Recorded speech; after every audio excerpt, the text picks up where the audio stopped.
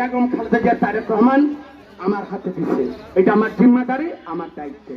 এখন আপনারা শুধু দোয়া করবেন যে আল্লাহ এই মানুষটা যদি রাষ্ট্র ক্ষমতায় বিএনপি আসে আর মুন্সিগঞ্জে আপনাদের যদি প্রতিনিধি হয় 100% আপনাদের জন্য করার মানসিকতা হক হালালি ভাবে সবভাবে যদি এই মানুষটার ওয়াদা হয়ে একই হয়ে থাকে, যা জবান দেওয়া বলতেছে রাব্বে কারিম যেটা শুনতেছেন, এটা যদি সত্য হয় তাহলে আপনারা 12 তারিখে ভোট দিয়া ইনশাল্লাহ ধানের শীষের প্রতীককে জয়যুক্ত করবেন।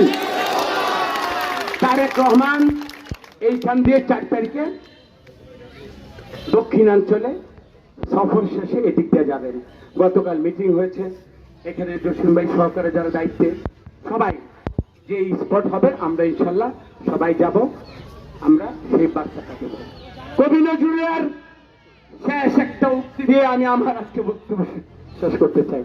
আমার বোনেরা আসছে, বিশেষ করে দেখছি মিল্কাদমে জসিম ভাই, জানি না এই মা বোনেরা খুব উপস্থিতি, তারা জানি না হয়তো আপনাদের ব্যবহার, আপনাদের স্থান বা আমার বোনরা নিরাপদ পায়। মিল্কাদিমের এই মানুষগুলার সাথে এই মহিলারা যেভাবে মিছিলে যায়, যেভাবে আমাদের সভা সমাবেশ ওনারা আসেন, তাদের উদ্দেশ্যে কবি নজরুলের একটা পংক্তি বলি, পৃথিবী সুন্দর হয় অর্ধেক তার নারী অর্ধেক তার নর। আপনাদের সৌন্দর্যের কারণেই এই মিল্কাদিম সৌন্দর্য আরো শোভিত হবে।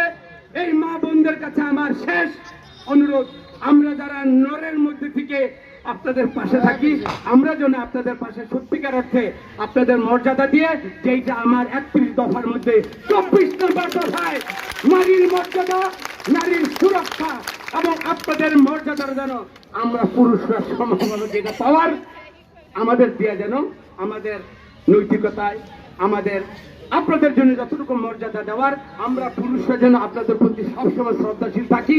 এর দিকে আমার বউরা যেন আবার বেশি খুশি না হয়। বোন আমার জন্য কেনা, এই বোনদের সব বোনদেরকে আমরা ইজ্জত দেব, তাদের সম্মান করব, তাদের অধিকারের প্রতি আমরা সবসময় যত্নবান থাকবো।